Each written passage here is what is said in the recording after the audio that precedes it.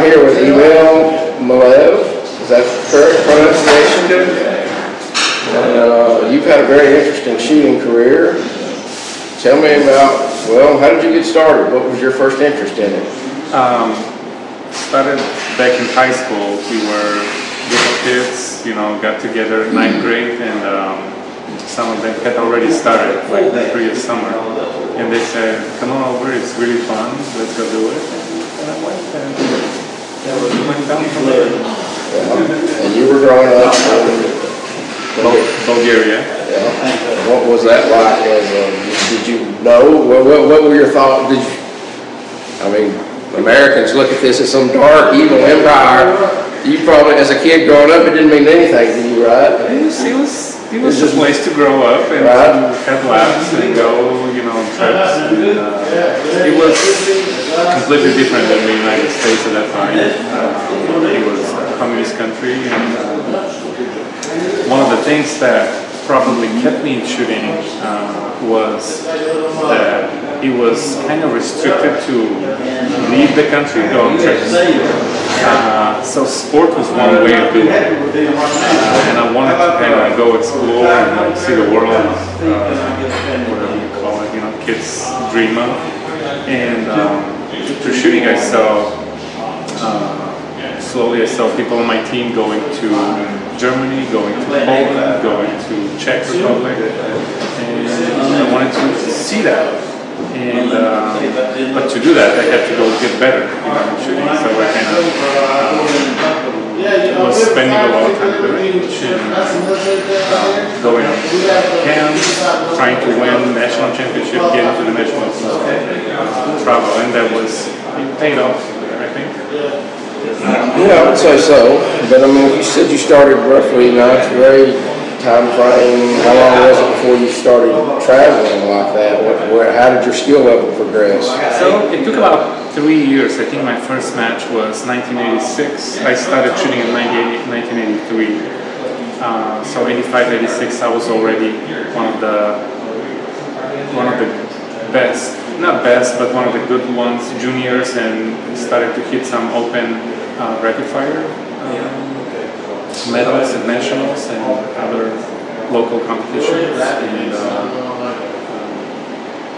so 86 was my first match in Poland. I still remember it, and it was a good experience. Traveling, that hooked me up, so I wanted more, and I started practicing a little harder. And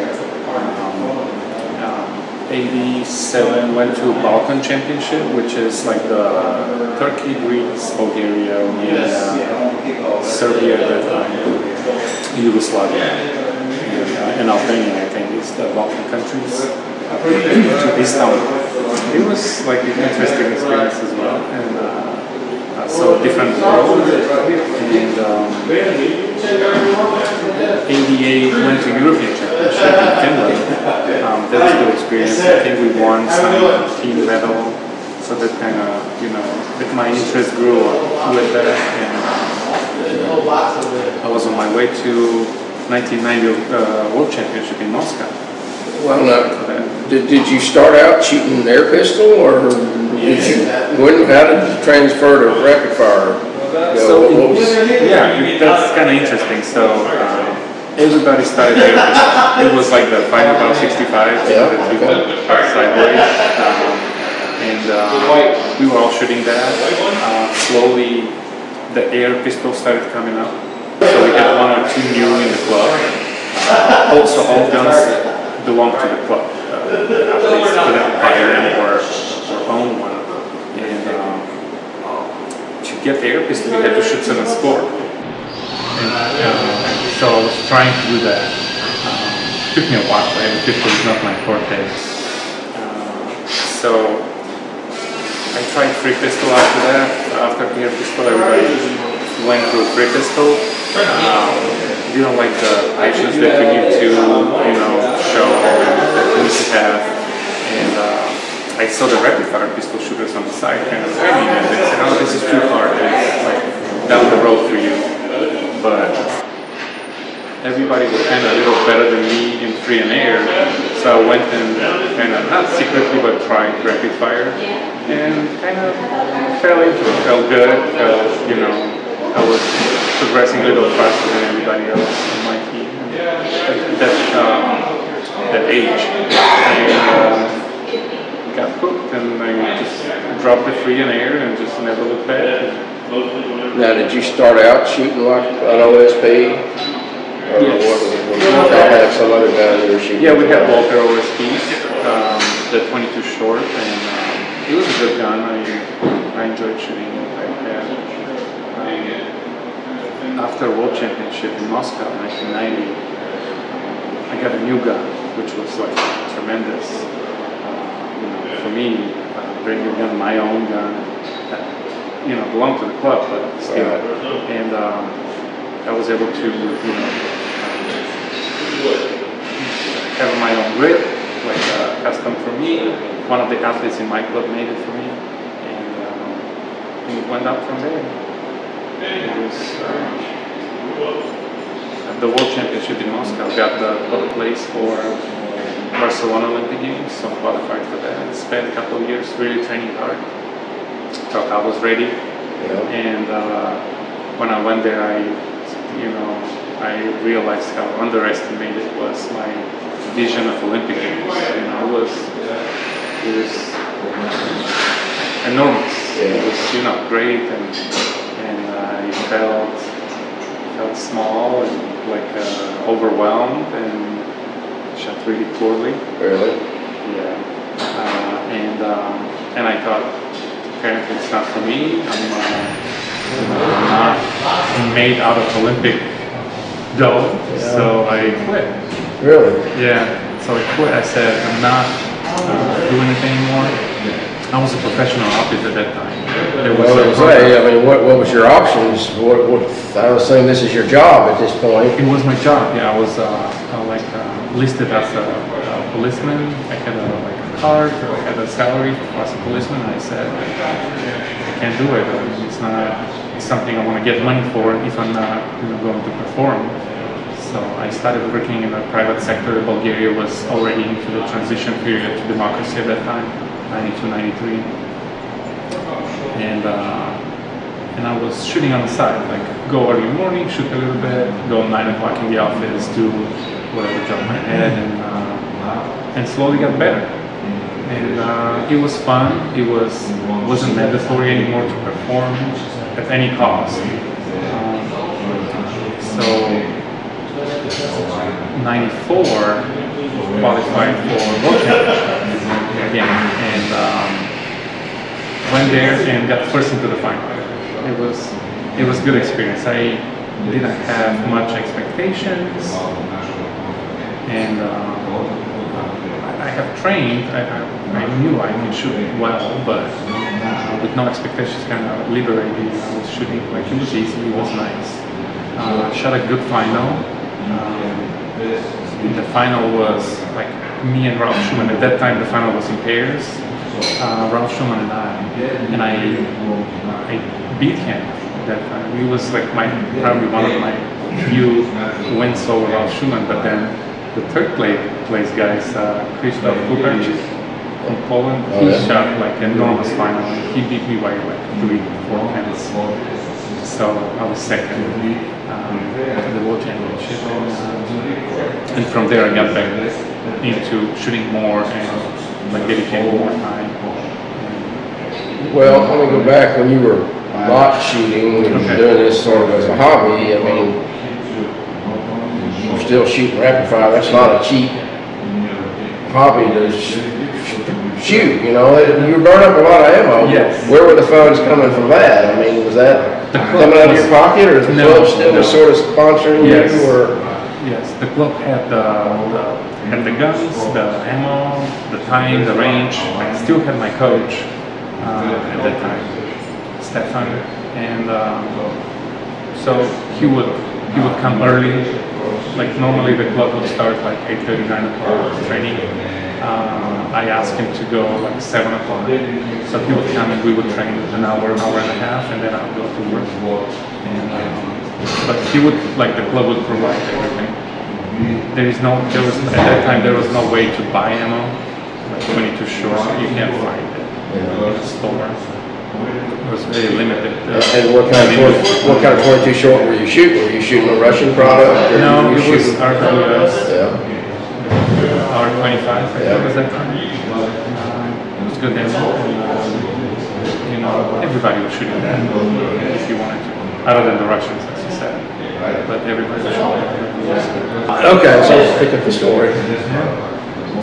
That was it. So I didn't have to invest in. At that time, shooting was a sport, and it was the government, and I think still is in Bulgaria, and those like the type of like small countries, the government funds and supports most of the sports, and specifically those that don't have like spectator base and can self-fund.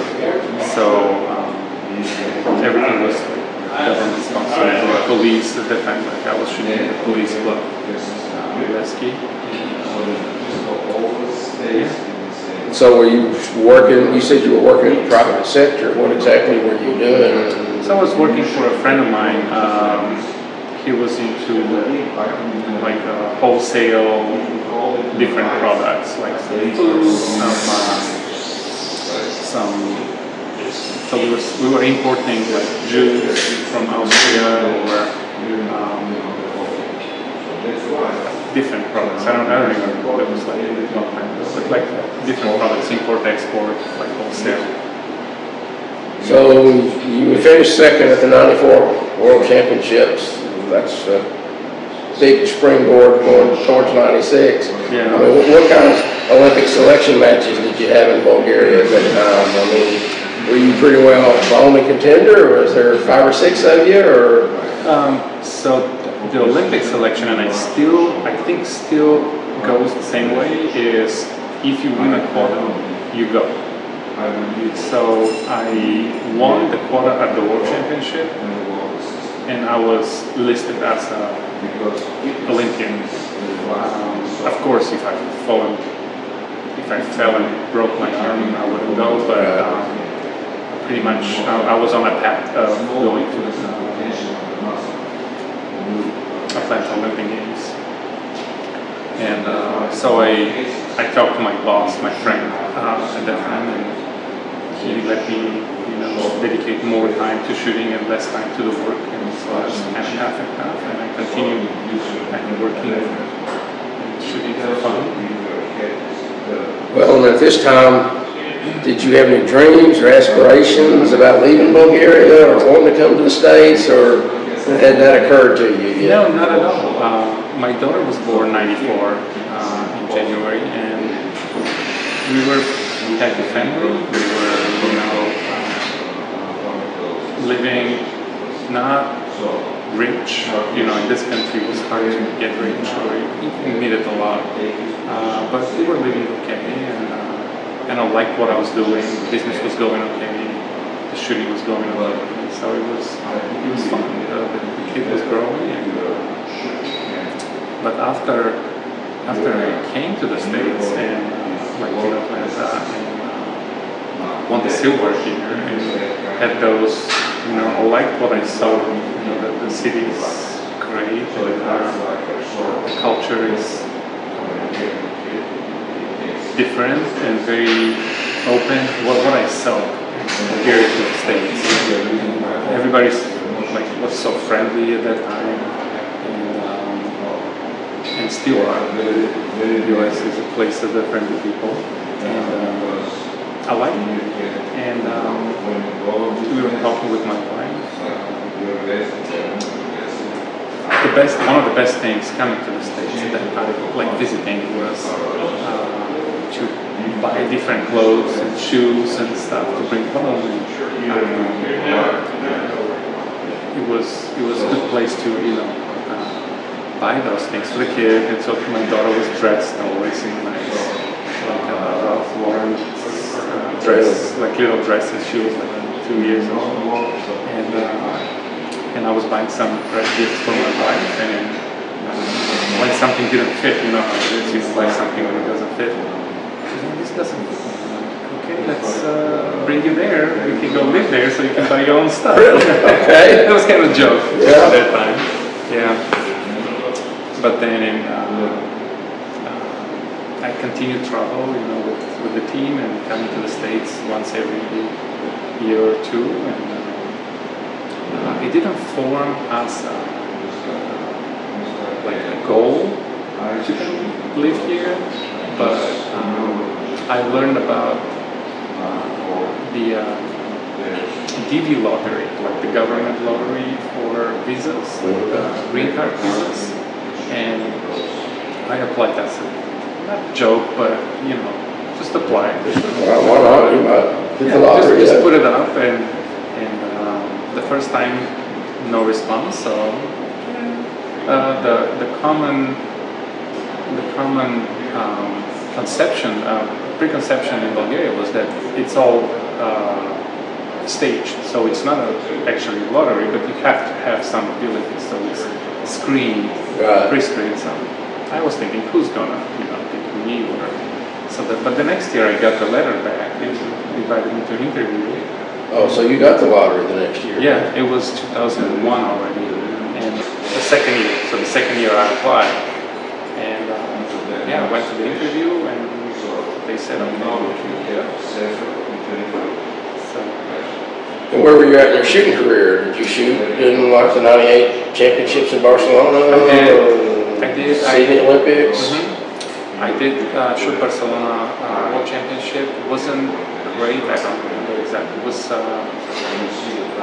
I was in the final, but didn't. I didn't shoot really well. I think we won like third place team, something like that. It wasn't great. Sydney Olympics. I felt I was really prepared. So I trained really hard. 2000 and went to Sydney, and I was shooting great. I was losing maybe 3-4 points every 100-150 shots.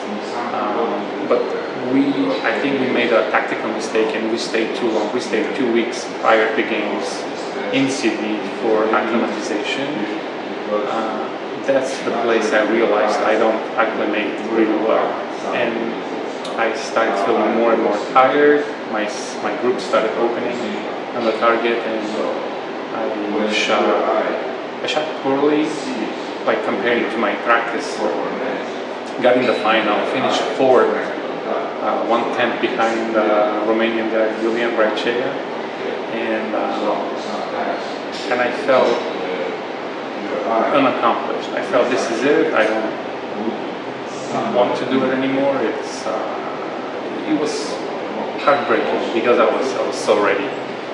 The scores were really low at that Olympic, so it was a good chance.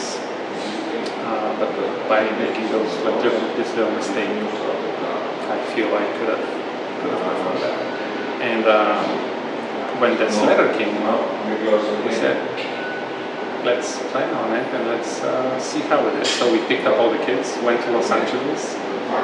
So you had to go to Los Angeles for an interview? So the interview was in the American Embassy in Bulgaria. Okay, that's what I would have thought. They gave us like an envelope, which was that special visa thing that we need to go by November, I think. So we went,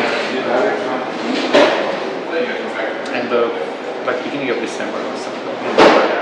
We went to LA, stayed for 3 months, did all the paperwork, and my coach and some other people in Bulgaria was pushing me towards the next Olympics. Come on, you can do it. It's, you know, we will support you. So I went for it. We got back. I was preparing for the Athens Olympics in 2004. And met Vladimir at the next year because to maintain this green card, you have to be in the States once a year at least. So we came to Florida. Met with Vladimir, who I knew from before, from Bulgaria. And he was already here. He was already here in Florida, and he showed me how nice Emil is, and he was telling me the good things we can do, and that we can still train and do some shooting in some sort or other. And went back 2002, 2003 came out to 1 year, came back to Bulgaria, went to Athens, and I had a game. I felt super prepared, and the range was so dark. I don't know if you remember it. Or I didn't go to Athens. It was, the range was kind of dark and lighted only with lights on the targets, but I couldn't distinguish my sights on the target. And it was, what am I gonna do? So I trained a couple days before the games and went for it, but I was right under the finals, in the first place under the finals. So it was bad shooting for me.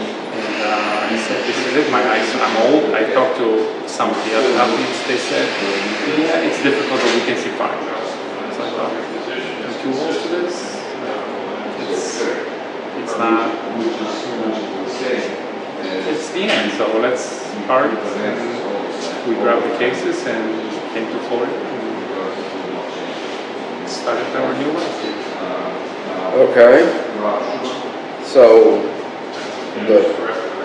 what were you helping Vladimir coach sell guns? Were you working with what were you doing job-wise? Job-wise in the beginning, so you have to work something. We didn't have money, to just leave here. So I was working 2-3 different jobs, like pizza delivery, newspaper delivery, starting from the bottom. And I had to support the family. Slowly went through the process of evaluating my bachelor's degree from the sports academy back in Sofia, and based on that degree received a teaching certificate. So I started teaching elementary school physical education. That was 2006, I think 2005, 2006, and I did this for 10 years in the same school. It was an interesting experience. It was hard. It was enlightening at some point, helping those little kids, inspire them with sports. This is a question based on today's world, maybe. But I mean, did you see a big difference between the attitudes of Bulgarian kids and American kids and their expectations of how life should treat them? Yeah. So it was, to me, it was a lot of entitlement here. It was, to my experience, it was a lot of disrespect from kids towards adults compared to Bulgaria. It was kind of shocking. The first couple of years were, can I really do that? Because you have to deal with that and still inspire them and still show them that you are the adult and have them look up to you. And it took a while. It was a tough neighborhood. Like my school was, but I loved it. Internally, I see they're good kids without the base foundation of respect towards adults, respect towards knowledge, just respect towards other people. Well, somewhere along here, your hobby must have been shooting on the side because your American career kind of took off again. How did that evolve? It did. So I continued shooting for Bulgaria for about 2 years, and I was still able to go to a few World Cups or competitions along the way. And did you get any pushback from the Bulgarian sports authority that you're representing their country, but you're living in sort of an old enemy or something? It was mixed feelings. What I felt, there were some hard moments at that time. Or go ahead and you pay a ticket and we'll give you the money back. And I was working for like a couple $1,000 a month, and a ticket to Spain is like $1,500. So it took a few months to get some money back. So there was kind of unhappy feelings between them and me, and ultimately 2007 decided, okay, this is it, I'm done. my U.S. passport was due, I think 2009, based on the years living here. So I kind of focused my attention on local matches, established my teaching career better, and see where it goes. So for 2 years I was just shooting locally and going to national championships, winning on the side because I wasn't able to be in the final if you're not a U.S. citizen. But it was fun. I got to meet a lot of people, including you and Sergey at that time, the national coach, and we established good connections. The interesting story was the selection match for World Championship in Munich 2010 was probably a month before my passport. Would I be eligible for passport? So I talked to Sergey with Vladimir, my coach. We talked to Sergey and can I shoot? And here's my paperwork that I'm getting passport in a month, well before the World Championship and USA Shooting Federation. And I said, okay, go ahead, shoot it. I qualified for the World Championship team and got my passport. And the first match actually for the US was the World Championship in 2010. I didn't know that. I was there. I remember you there. And we won bronze as a team. I think, rapid fire. Who was that? You, Sanderson? Sanderson and if I remember correctly, Balsi. Okay. Well, did you, in the Sydney or Atlanta time frame, did you have any interaction with any American shooters that you remember good or bad? I did, yeah. So there was like rapid fire built a tour in Europe that was only rapid fire competitions. One of them is Wiesbaden. You probably know. There was another in so 2 or 3 other matches. They were in random places. So one was in Monaco, out of all places. Poland, out of one. But in Wiesbaden was the well-established rapid fire. It was like 70, 80 shooters. I met John Becara. The package was long hair, if you remember, and a nice young kid, and we kind of became friends.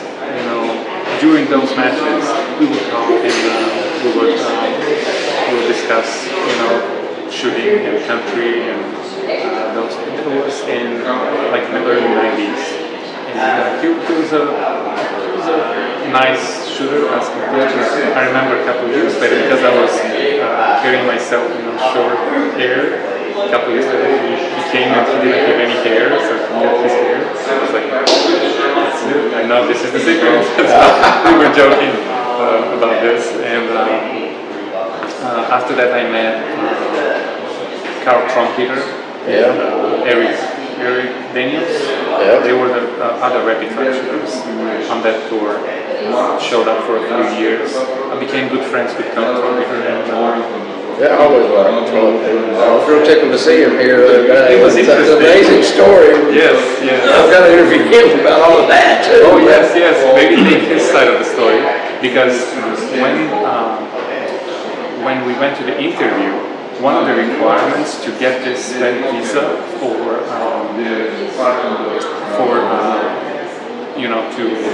to get the green card was you have to have a sponsor, U.S. citizen. Okay. And I was, who is? So I talked to Carl, and he said, so I signed all the paperwork, and he was my sponsor to come to the States. Bravo, Carl. He did phenomenal for a person from a country that we meet 3 times a year.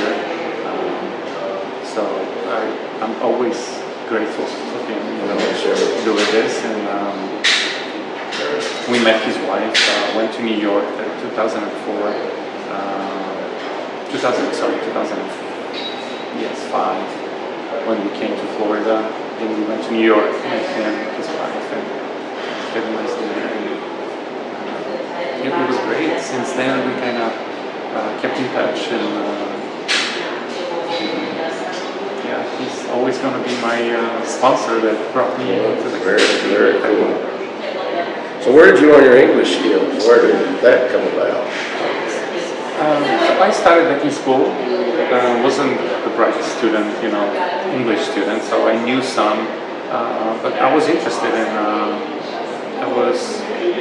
Once I started traveling, I saw that this is a barrier. If you don't speak, you can't communicate. So I bought some books and started learning and started communicating. At first, probably if I hear myself at that time, I would laugh hard, but I said probably quite a few stupid things to the Americans. They were laughing. But slowly through communication, through talking in competitions, trying to exercise that as much as possible. Well, so let's kind of get back to your successes with the American team. I know you've won some World Cups, and tell me going on from there. I did, yes. Not a lot, not as much I wanted to, but I realized, probably in the first year or two, realized that shooting cannot be but it's really hard to be your career in the States and be the breadwinner. So I realized I have to work full time. I have to, practice in the mornings, evenings, and weekends, and steal from family vacation time to go to national championships. So what we did was pick up the whole family and go to matches, and this is our vacation. I'm sure you guys are watching, and we travel. But I was able to put the hard work in and I was one of the top rapid fire shooters in the country at that time, and qualified. I like the system where you go to selection match, and if you win, you go. If you don't, you don't. Qualified for London Olympic Games. That was a great moment for me, I think, like a turning moment to show me that this is doable. It's something that I can keep doing. How old were you at this time? 2012? How old were you? 2012. It's probably, let me see, 68 to 2012, 44. Yeah. I was well ahead of my, I guess my prime, well behind my prime, but I did some,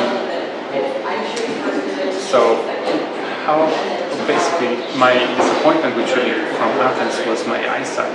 I couldn't see, and I realized around that Olympic Games, every competition that has different but perfect light, other than perfect lighting, I wouldn't see well. And with Keith Sanderson, we were talking at that time, training at the Olympic Training Center in Colorado Springs, and the lighting there is very difficult. And he was telling me, you know what, it's a matter of practice. The more you train in those conditions instead of perfect ones, you will adapt. And I didn't believe him. I thought, let's do my eyes better. So we made the lighting really difficult in that place. I scheduled some time. We went over Christmas break and New Year's break. We were in Colorado Springs training with Vladimir, and I would train like for 2 weeks, and progressively my eyes would adapt, and I would start seeing my sights. So humans are adaptive organisms, and I realized that it's cool.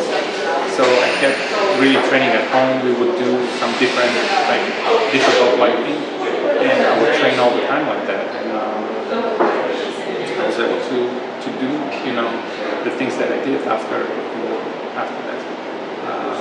One of them was like 2013 World Cup final. The range in Munich, the finals call, I don't know if you've seen it, but the lighting is probably the most difficult lighting in a shooting range. And and I shot, and I couldn't see well, and I shot poorly, but qualified for the final, and was in the final on the far right spot. There was literally no whites on top of the target, on top of the first and second target.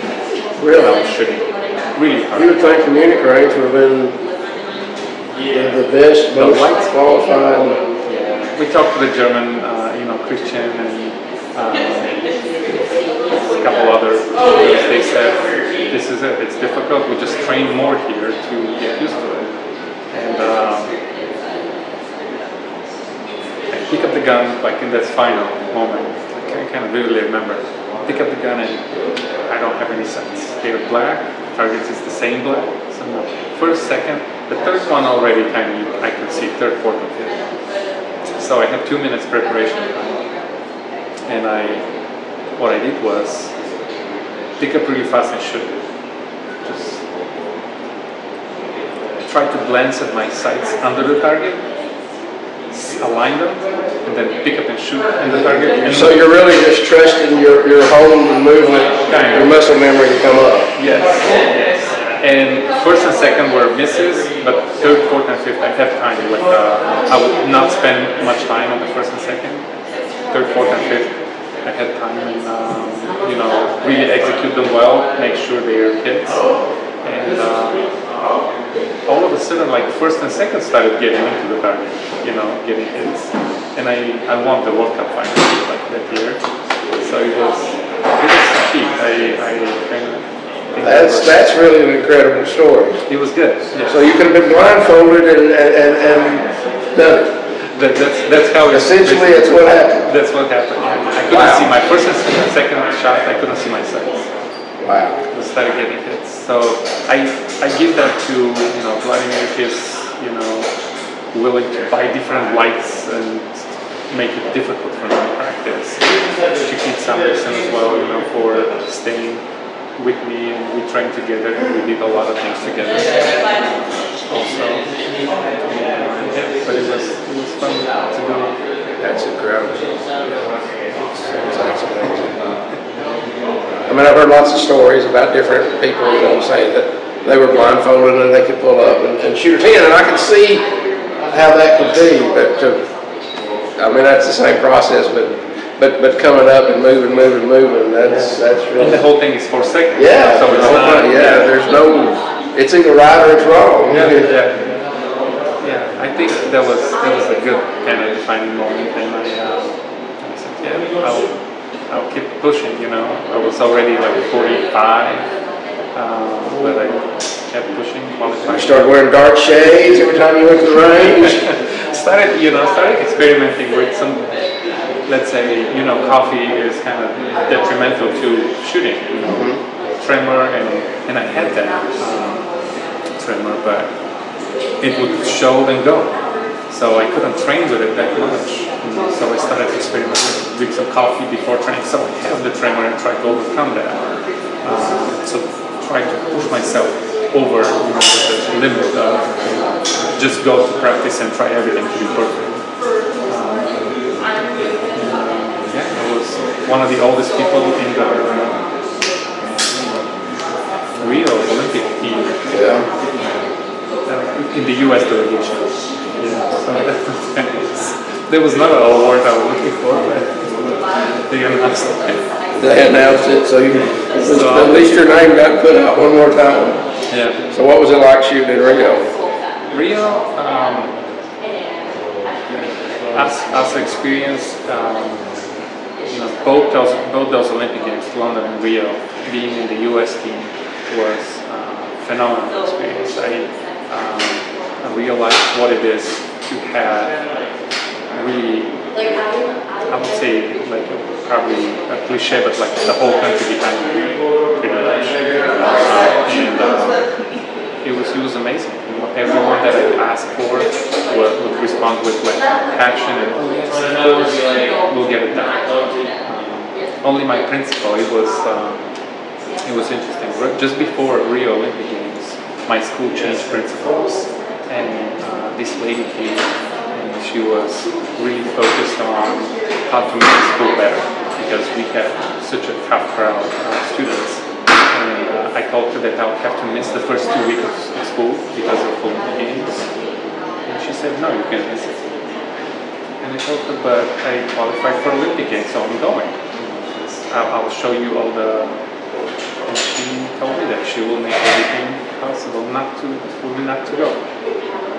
So this was the one person I kind of met that either she didn't understand the capacity of Olympic Games, or she cared so much about the school that.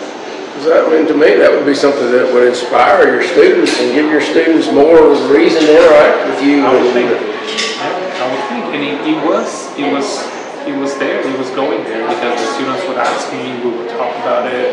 I would bring some medals, some like my cool shooting glasses, and it would inspire them about sports. Is what I was thinking. But that was the one person, and it was contrasting everybody else. I remember you always being, there for me if I needed anything, or, like everybody else responded with, support and passion and encouragement. There was one thing. Wow. Ultimately happened, and she wasn't happy, So did you not have a job when you came back? Or? I did have a job, but she wasn't happy with me. She would try to. She was professional. She was probably a good principal. I can't judge, But that was kind of interesting. She had one person, compared to everybody else. I realized how people, like in Bulgaria, you take it kind of for granted. Oh, you were Olympian, great job. But that's your job. But here was like everyone that heard about my Olympic experience would just go all above and beyond and introduce me to other people and invite me to events. It's interesting, how people look at that. So it was a great experience.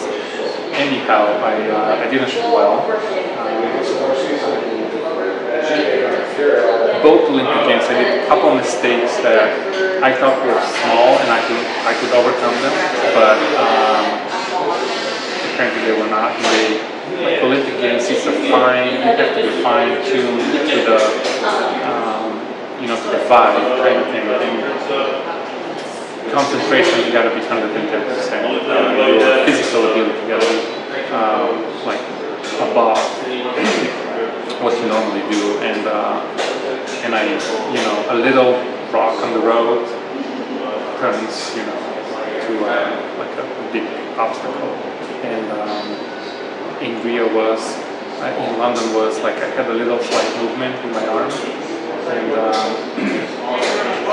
and we were discussing with Sergey at that time.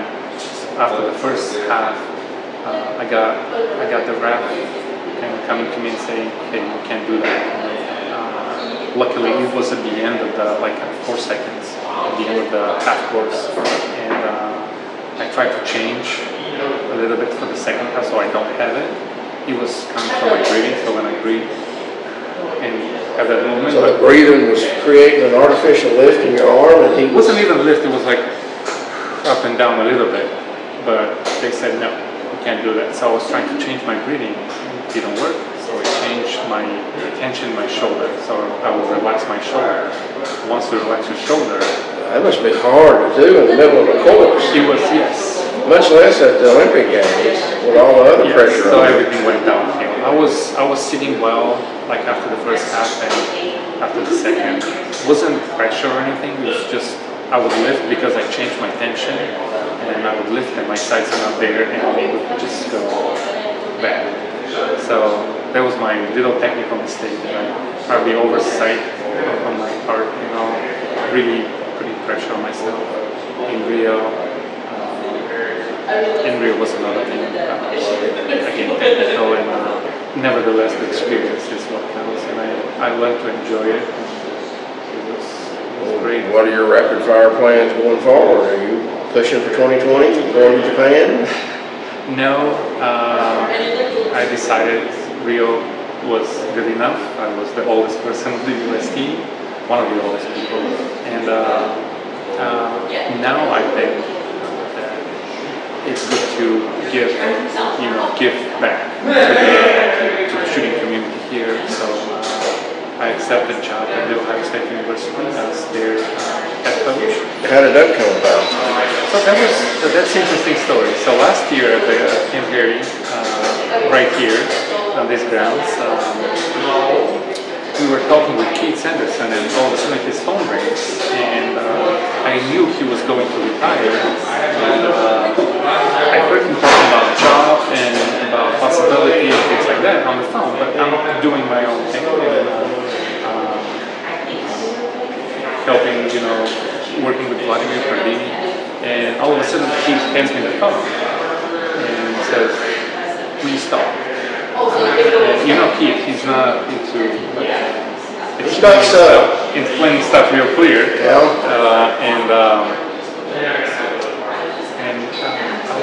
What is it for? And he said, "This is for work."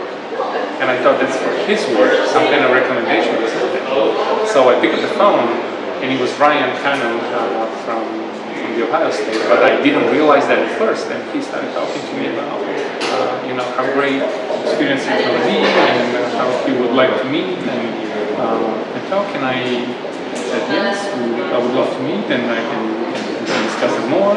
Still thinking that that's for Keith Sanderson's job. Yeah, okay.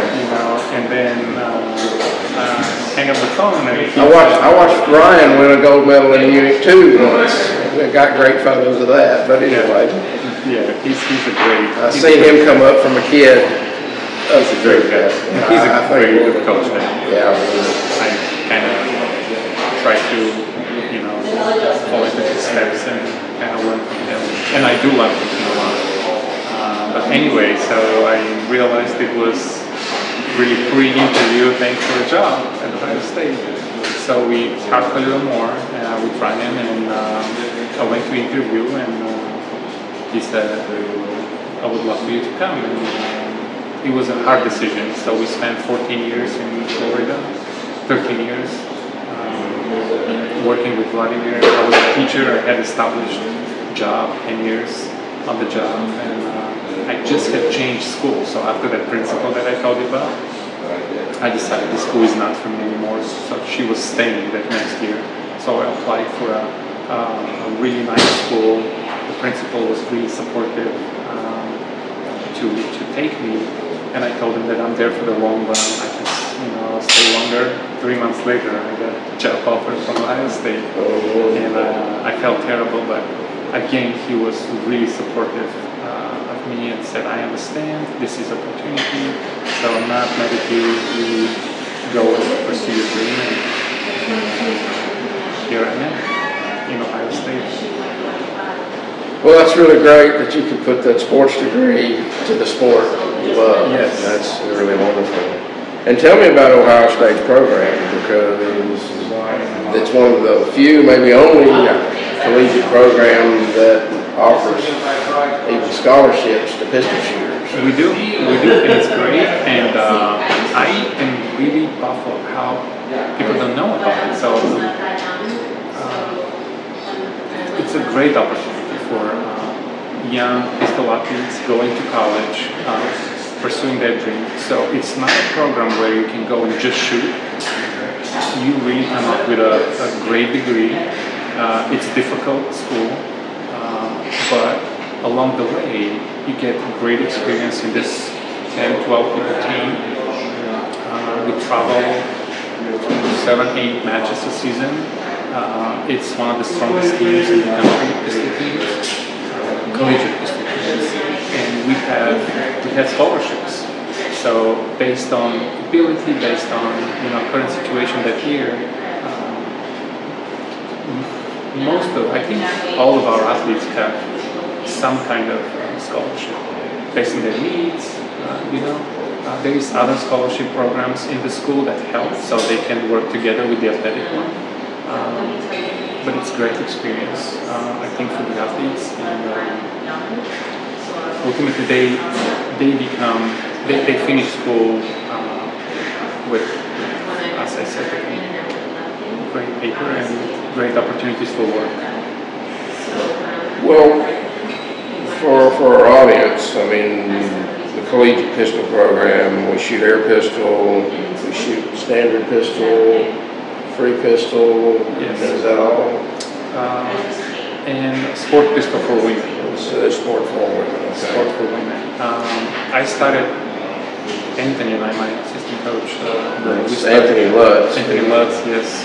We kind of work together, and I think we are a good team, working together with our students and developing the program at the Ohio State. But we started kind of push towards a little more collegiate shooting, to be leaning towards international,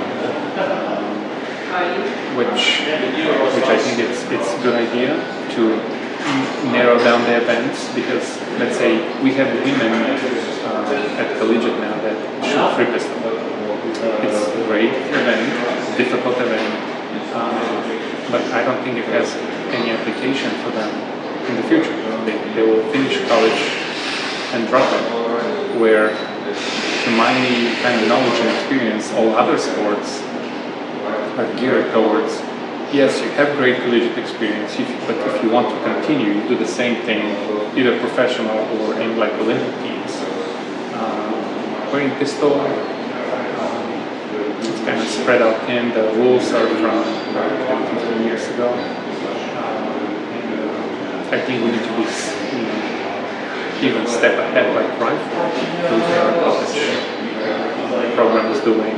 They're shooting mixed men and women together. They're shooting only 2 events, and most of us, most of the best shooters in the country now, rifle shooters, are either came out of it or still in. Right. Ginny Trasher,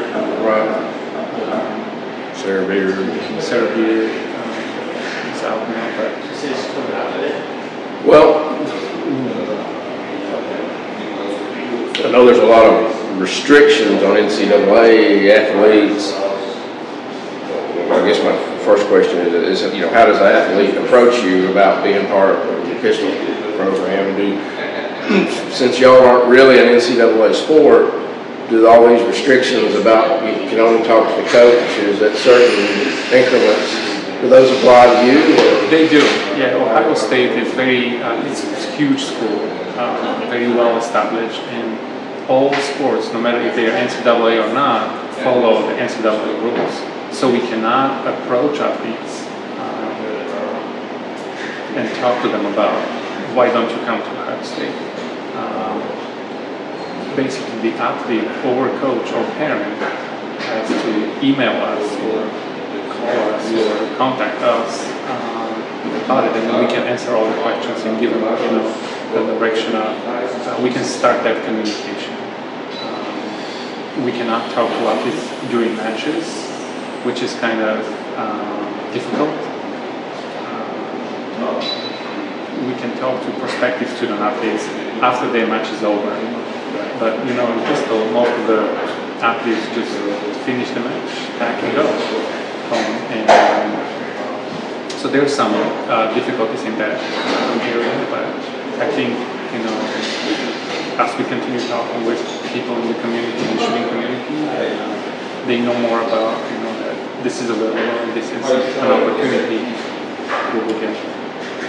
So what would you recommend that a potential pistol athlete would come, when they're 10, 15, 12, 15 years old, what path should they be pursuing if they were thinking about ultimately shooting for Ohio State?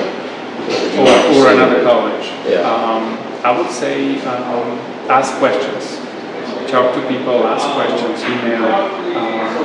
The best case, if they want to, if they're interested in Ohio State, is to contact me or Anthony, or just go to the website of the school and find out about, because everything is there. It's really easy to navigate, and they can find our contact information. There is a questionnaire on the website that if they're really interested, they can fill it in. We can get their basic information, basic background. We can go from there. In that questionnaire, we can answer questions and point them in the right direction. Do you feel like the USA shooting program a progressive pistol? Is that a good path for people to be on? What are your thoughts on that? I would say yes.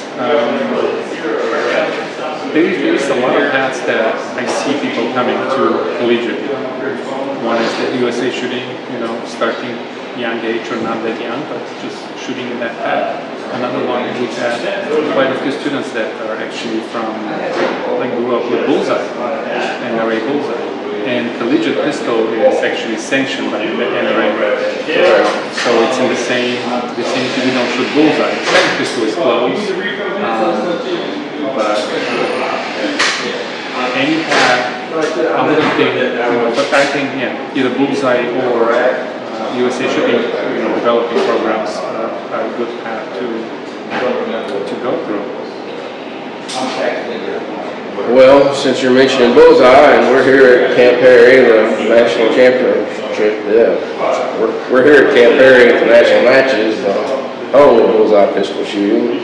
And you've been competing here how many years now? 5, 6? Something like that, yeah. I mean, this is a very different sport than even the normal Olympic disciplines, but definitely different than rapid fire.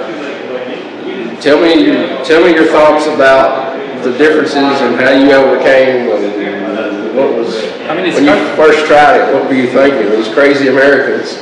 It was something like that. Not crazy, but it was interesting. It was eye-opening. It was humbling, because I was in my prime at that time. I was shooting really well rapid fire, and I would come here, and the wind is blowing you. Like you're a world champion. Yes. World Cup final champion, and then you're here and getting your ass kicked. Yes. But it's a different sport. It is a different sport, and take it for what it is. And I had some good moments. The beauty of Camp Perry is that, for me, and probably for most people, is the massive amount of shooters here. Everybody's so friendly. It's kind of place where everybody kind of communicate together and get together and shoot, enjoy shooting and celebrate, what they practice or didn't practice for. And it's kind of celebration, culmination of a year. And I enjoy it. I enjoy it really well. Really, it's really a good place to be and to kind of experience it. Well, what kind of advice would you give to somebody who wants to participate in bullseye when they excel in bullseye? What do you think their training goals should be? I would say keep doing it. It's, if you want to be successful in weightlifting, you don't have to go ski. So keep doing it, keep asking questions, because the community is very open and people will talk to you about what can make you better. Which I like. I picked up so many advices from so many different people about bullseye. And I'm afraid to ask them questions, even though Milev, okay, I know the basics of shooting, but there's the nuances and the specifics of different events. Shooting 45 has nothing to do with, not nothing, but it's a lot different than shooting 22 long rifle rapid fire pistol.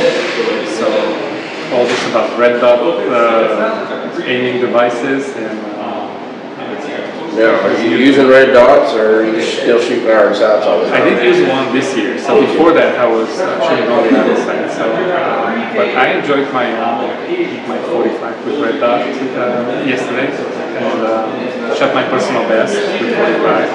Congratulations. That was a good experience, thank you. It wasn't a great score, but for me it was do you attribute that personal best to the fact that you were using a red dot, or just because it's a combination of all your training and practice?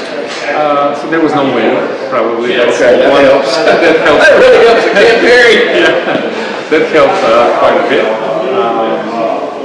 I was using that Pardini that I had for a while, 45, put a red dot on it. I actually put it over here and carried. Vladimir brought this red dot for me, and I put it on, and it kind of clicked together, and the gun was shooting well. I was probably helping, but it was a good experience. Okay. Well, What's the funniest thing that ever happened to you shooting? Shooting Camp Area? Or anywhere? What's the funny experience that happened to you? Funny experience? That's a good question. So one of the funniest moments, not in shooting, but in a during competition, was we were in South France, a small city called Sète. Carl Trumpeter and Eric Daniels, we were kind of friends, and they said, we're going down the city to go for dinner. And my poor, that was in the 90s, so I didn't have much English. And I wanted to say, can I join you? I was by myself over there, and can I join you? But instead of joining you, I said, can I enjoy you? That was my word, I thought this is the word. They tried laughing. So sure. I learned the word join that day, but that was fun. Most of the time though, I wouldn't say on the line you can have this fun moment. Fun is before or after, for me at least, after shooting, when you win or when you accomplish what you went for. That's when the explosion of emotions come. It's fun. And one of the eye-opening moments was Atlanta '96. At that time, Ralph Schumann was he was the god. He would shoot his average, and he would be light years ahead of everybody else. So he was 6 points ahead of me in the final, and I knew I had to maintain, because everybody else was right behind me. I was second in the final, and I shot a very good final.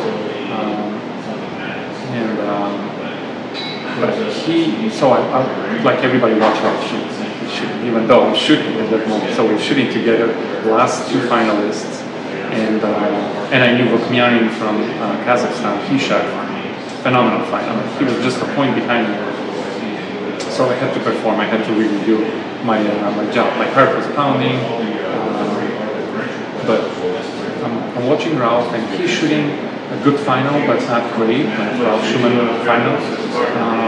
And I shoot mine, and you can imagine, he's 6 points ahead.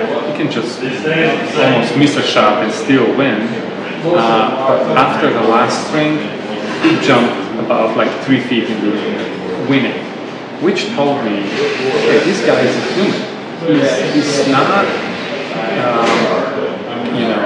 without emotions. He's not without heart, without brain. He experiences all those things. He's just but that was also eye-opening for me.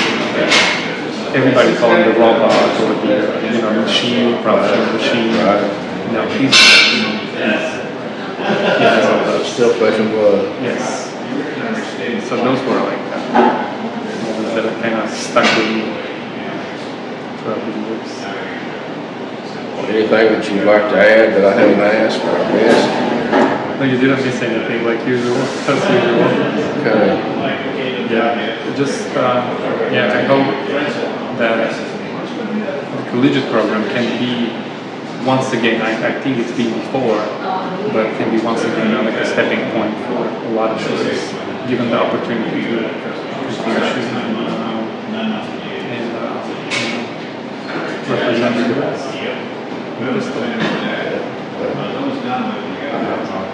Wish you success in that, both individually in Ohio State and throughout the whole collegiate pistol program. Thank you. Yeah, hopefully. I've always been a pistol shooter. I mean, don't dislike rifle or whatever, all the above, but pistol shooting was always my thing. Same with me. Same with me. So, it's been wonderful hearing all this. Thank you. Thank you, Scott. Thank you for having me. So, now I get to go home and edit all this.